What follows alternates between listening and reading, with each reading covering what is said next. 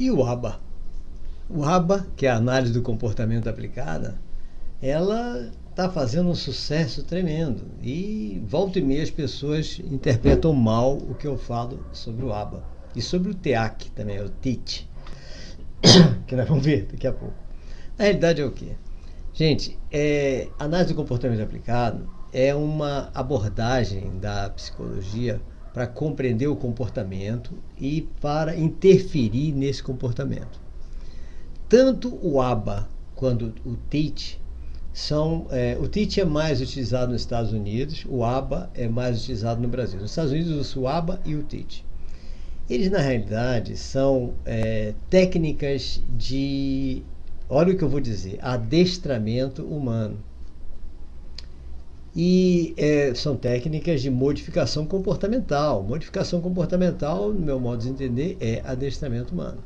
Tá? Então, o objetivo é integrar a criança à comunidade da qual ela faz parte, acomodando ela àquilo. Então, a intervenção é planejada e executada cuidadosamente, abrangendo as atividades da criança em todos os ambientes que ela frequenta. Na escola, em casa, lazer. Tá? Acompanha-se o trabalho do psiquiatra, se existe, né? A comunicação entre os diferentes profissionais permite um maior conhecimento das habilidades da criança. Isso é óbvio, né? Então, esse trabalho vai fazer o quê? Aumenta o comportamento, por exemplo, procedimento de reforço para aumentar o comportamento positivo. Né? Ensina novas habilidades. Então, amplifica os comportamentos positivos. Tá? Ensina novas habilidades. Então, instrução, sistemas sistemáticos, ensina habilidades funcionais da vida, habilidade de comunicação, habilidades sociais. Vai treinando a criança naquelas habilidades. Tá? De vez em quando a gente precisa de autocontrole. Então, a gente precisa ensinar também autocontrole, ensinar automonitoramento. Tá? E para a criança começar a se acostumar com aquilo para poder se preparar para ser autônomo no trabalho. Tá?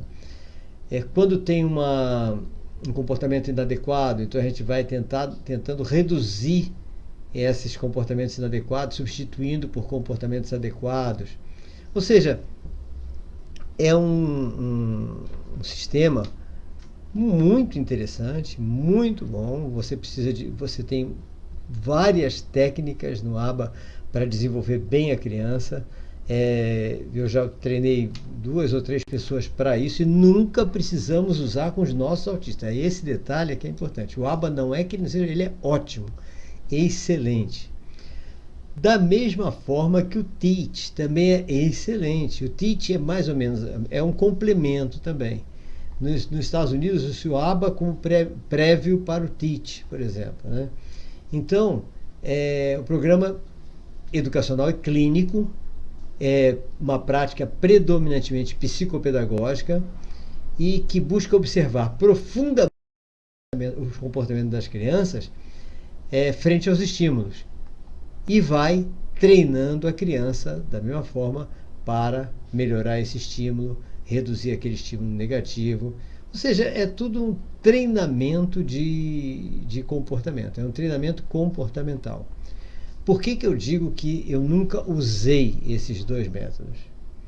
Porque a preocupação nossa é na redução dos sintomas, como eu tenho falado constantemente. Então, uma criança que reduziu os seus sintomas não precisa mais ser treinada. Ela vai ser desenvolvida como qualquer outra criança. Mas para a criança cujos pais não aceitaram a redução dos sintomas ou cujos médicos proibiram a redução dos sintomas pelos métodos nutricionais, etc., aí o único jeito é utilizar realmente na educação o método ABA e o método TEACH. Na minha escola a gente não usa porque a gente não permite a autistas que não estejam tendo seus sintomas reduzidos. Por quê? Porque eu acho um crime uma coisa dessas. Tá? Um crime. Agora, que é importante, os educadores, esse aí não é para os terapeutas, é para os educadores. Que é importante os educadores saberem porque eles vão, muitas vezes, ser obrigados a educar uma criança autista que não tem que não está sendo reduzida os seus sintomas. Ou então vai ter que educar uma criança autista que já, uma criança, um adolescente autista, um adolescente ou um adulto autista, que só passou a vida inteira sendo tratado apenas com a contenção química e nunca teve a redução dos seus sintomas. Aí realmente o método ABA, o método TIT é o único meio de a gente conseguir isso. Agora, quando você usa o ABA ou o TIT, usa o TIT, e quem entra é um autista que está com esse tratamento, os professores ficam maravilhados, porque é facílimo. Fica super fácil o tratamento. Tá? Então, esse é adestramento humano utilizando as terapias comportamentais, que são fantásticas, são ótimas. Excelente. Então, é um processo da terapia cognitivo-comportamental espetacular. Tem outro método que também está sendo muito usado, é o método desenvolvimentista Denver. Tá? O Denver é um tratamento individualizado, o modelo Denver de intervenção precoce, né? Cada criança é adaptado o método para ela. Tá? É uma ferramenta de avaliação muito completa. O objetivo é promover a linguagem, a aprendizagem, a socialização, mesmo que todos os outros, né? E também se baseia na criança que não está tendo os seus sintomas reduzidos. Tá? Quem quiser utilizar o Denver e quem tiver crianças assim, não está sendo tratada com nutrição, etc., está apenas com contenção química, aí o jeito é usar o ABA, o TIT, o Denver, não tem nem dúvida. Tá? E ele é para intervenção da criança desde cedo, que dá pena, né, da criança desde cedo está sendo tratada apenas com química. E eu coloquei aí o endereço para quem quiser baixar o recurso do método Denver de precoce. Né? E depois nós temos as técnicas de reabilitação para a pessoa com transtorno de espectro autista. A reabilitação do TEA, ela precisa ser realizada tanto na própria sala de aula comum, como no momento do atendimento educacional especializado. Então, quando a gente fala de reabilitação, nós precisamos de um conjunto de profissionais de diversas especialidades para que isso seja bastante eficaz. Na sala comum, pelo professor da turma, tá? Esse atendimento é o mais importante de todos os processos de reabilitação. Não estou falando que o resto seja ruim, não. O mais importante é o atendimento pelo professor regular da sala comum para a criança autista. Não só para o autista, para qualquer transtorno, síndrome, deficiência, o atendimento do professor da sala comum é o mais importante de todos. Por quê? É por isso que foi desenvolvida a educação inclusiva. Para que aquele aluno que está ali, que tem que ser minoria, ele esteja se sentindo igual, embora diferente, mas se sentindo com as mesmas, com o mesmo atendimento, com as mesmas possibilidades de desenvolvimento que todos os seus colegas, sendo tratado de forma igual. E então, se o professor da turma chega e fala: quantos alunos você tem na sua turma? Eu tenho 23 alunos e 2 autistas. Eu tenho 23 alunos e 2 incluídos. Esse professor não está absolutamente fazendo o principal papel da reabilitação desse autista.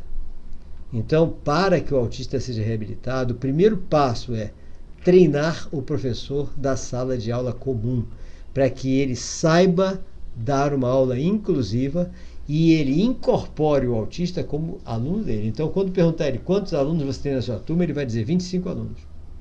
Ele não vai distinguir entre aluno não autista e aluno autista. Aí nós estamos começando bem. Senão, adeus reabilitação. Porque por mais que a gente faça, o autista vai se sentir prejudicado, baixa autoestima, e todo o trabalho dos profissionais que nós vamos ver agora vão estar prejudicados. Tá? Então, esse é o ponto mais importante que eu considero no processo de reabilitação do autismo. Tá? A forma correta é seguir as diretrizes da educação inclusiva. As leis estão perfeitas, mas está muito difícil nós encontrarmos essas leis sendo cumpridas na maioria das escolas. Pelo menos na maioria das escolas que eu passei, não estão cumprindo nada. Tá? A reabilitação que é realizada em escolas especiais, APAES, etc., tá? Ou salas especiais, nós não podemos dizer que são ruins. Não, os profissionais das APAES, os profissionais que ficam em salas especiais são muito melhores do que nós, do que os nossos profissionais no AEE. Só tem um detalhe.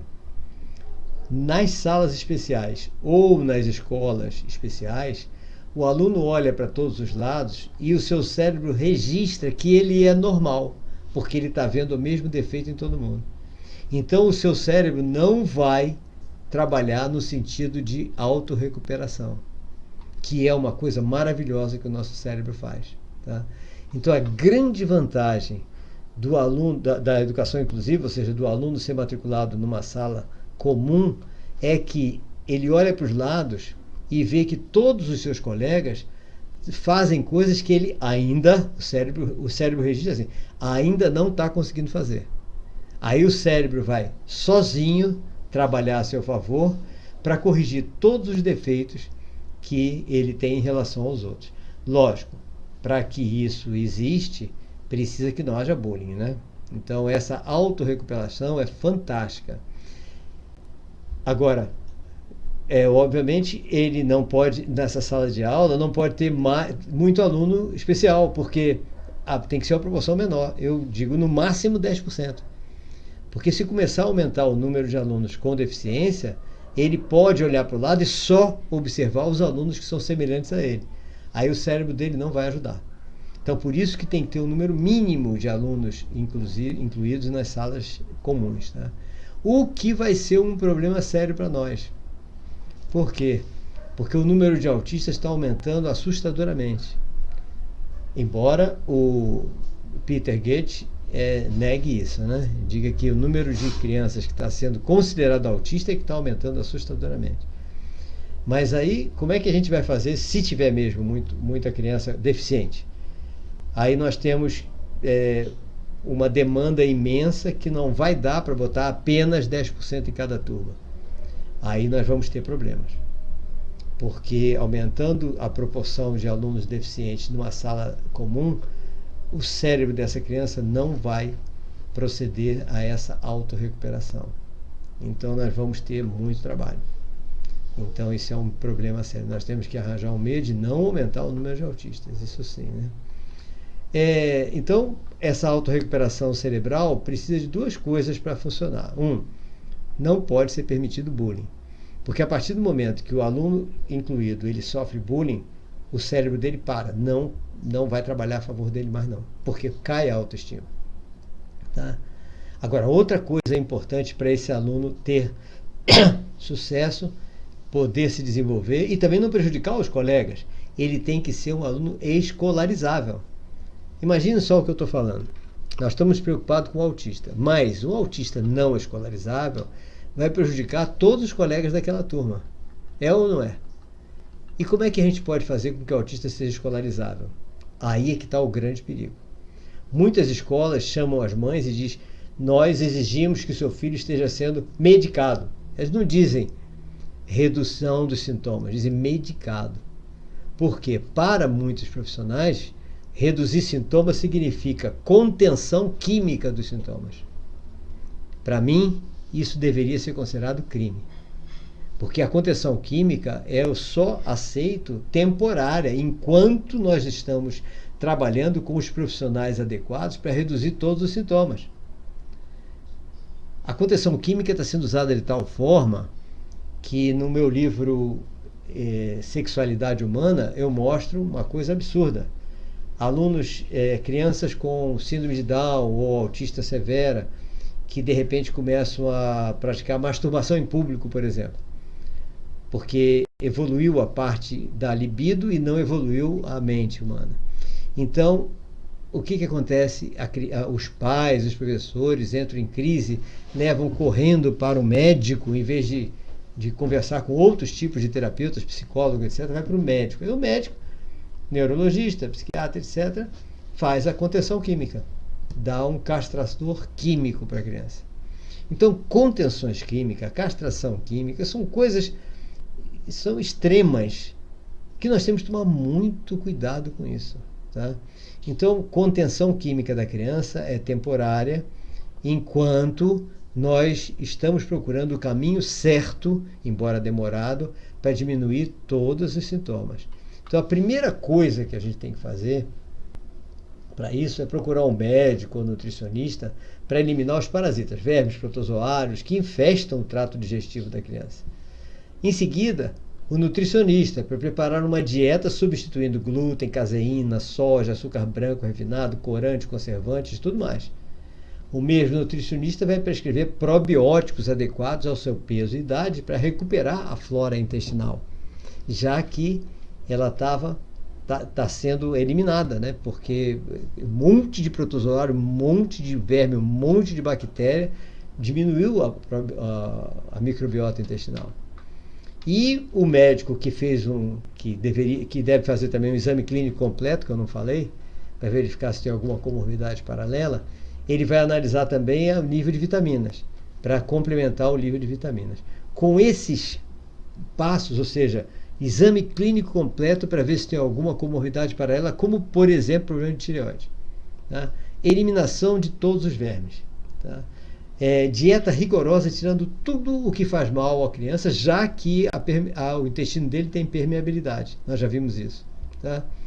E complementar as vitaminas vai reduzir todos os sintomas. Demora um pouco mais, mas reduz os sintomas. Aí, se ele estiver tomando contenção química, né, e aripiprazol, essas coisas todas, aí já pede ao médico a diminuir até que elimina completamente.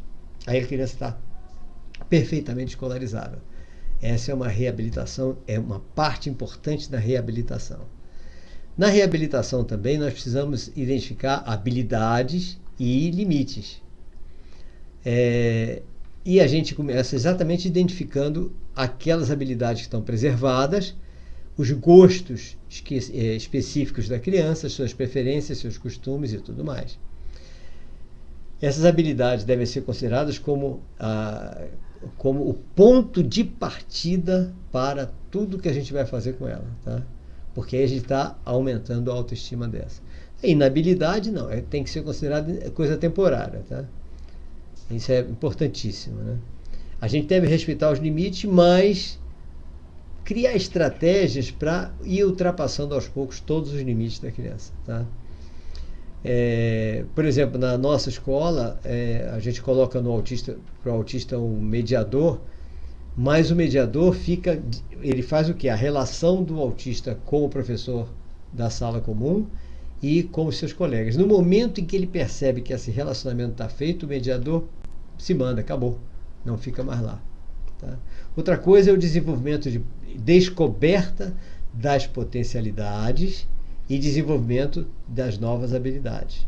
Então nós temos que estar o tempo todo atento nisso. Uma das coisas interessantíssimas que a gente pode fazer é, com uma metodologia educacional inclusiva correta, a gente colocar o desenvolvimento dessas potencialidades em grupos mesclados com as crianças neurotípicas. Então, nesses grupos mesclados, a gente prepara os neurotipos que vão ficar com aquela criança autista para eles irem estimulando e tal, e aí o autista se sente produtivo também, se sente igual e vai desenvolvendo com muito mais rapidez. Nós temos visto isso em grupos que nós preparamos para feira de ciências. Então os grupos são sempre mesclados justamente para isso. Agora não, né? Que agora com o coronavírus está todo mundo na sua casa. Outra coisa são os comportamentos mal adaptativos e disfuncionais. Esses comportamentos têm que ser preparados pelo psicólogo e pelo terapeuta ocupacional. São eles os profissionais mais competentes para trabalhar os comportamentos mal adaptativos e disfuncionais. Tá? Outra coisa é a reabilitação fonoaudiológica, imprescindível, porque é aí que você vai melhorar a comunicação como um todo, tanto na parte de qualidade da comunicação como a quantitativa também, né? O fonoaudiólogo, né? Mesmo o autista não falante, ele pode fazer todos os exercícios, tudo imaginando que toda a emissão que indica tentativa de comunicação já é algo relacionado à fala. Então, o reconhecimento, e os pais também podem fazer esse trabalho, né, orientado pelo fonoaudiólogo. Então, qualquer emissão que tenta a comunicação deve ser reconhecido e estimulado. Tá? Lembro, mais uma vez, na parte do fonoaudiólogo, o cuidado com o uso do celular pela criança. Né? E o terapeuta ocupacional? O terapeuta ocupacional, ele é quem vai recuperar a criança, quem vai adaptar a criança, né, a todos os ambientes em que a criança precisa estar. E também, vamos que a criança precisa de rotina, como agora. Agora todo mundo precisou alterar a rotina. Quem seria o melhor profissional para adequar a criança autista a uma quarentena? Terapeuta ocupacional.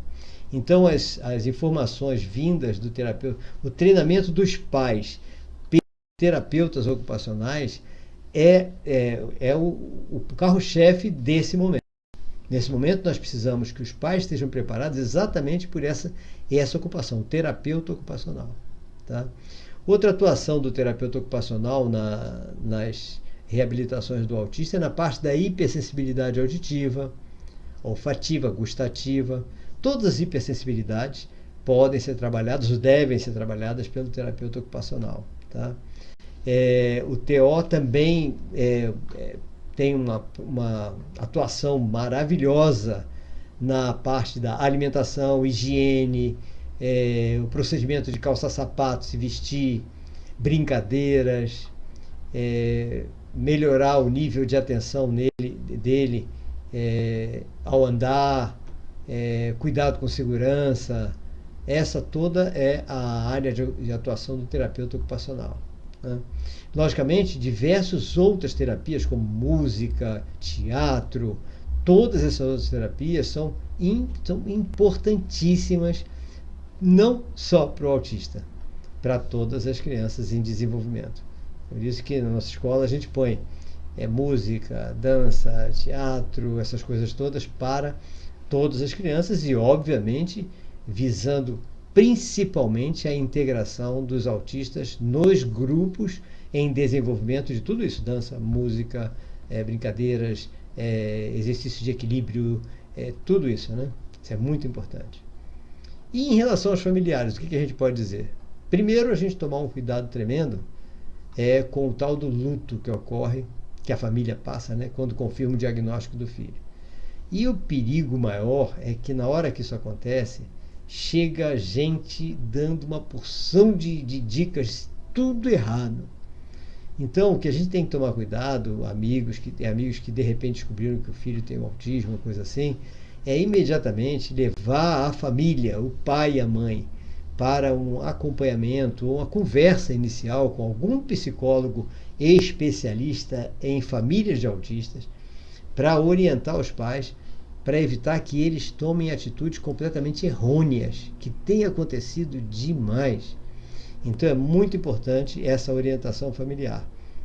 A família não estando estabilizada emocionalmente, estando no luto, entrando em desespero ou tal, lógico que o filho vai ver, o filho vai cair, vai ter uma baixíssima autoestima e vai aumentar todos os sintomas. Então por isso que o tratamento dos pais é de primordial importância para o desenvolvimento do filho, tá? Porque só depois da família totalmente estabilizada emocionalmente é que ela vai conseguir exercer o seu papel de pai de autista, tá? Para garantir, de pai, né? De pai de uma criança, para garantir o sucesso do acompanhamento, do tratamento da criança. E uma das coisas que é muito importante nós passarmos para esses pais é que eles evitem de toda forma comentar sobre autismo. Parar com esse negócio de rótulo. Eu tenho falado muito com muitas mães que chegam e me apresentam, aqui está meu filho que ele é autista, aqui está meu filho que é microcéfalo, aqui meu filho que tem dislexia, descalculia, TDAH, essas coisas todas. Esses rótulos acomodam o cérebro da criança aos defeitos característicos daquela comorbidade, daquele transtorno. Então, a partir do momento que a gente não diz os nomes, a gente chama a criança por João, Joaquim, Pedro, e não por meu filho autista, meu filho João, meu filho Pedro, meu filho Joaquim, com certeza o cérebro vai começar a trabalhar a favor dele e vai ajudar em todos os processos terapêuticos e educacionais que nós precisamos fazer. Ok? Ok, gente. Então, o resto é ler o módulo, a gente discutir nas aulas pelo, pela sala virtual, para tirarmos todas as dúvidas e aprofundarmos em alguma coisa que seja de interesse de todo mundo, ok? Forte abraço.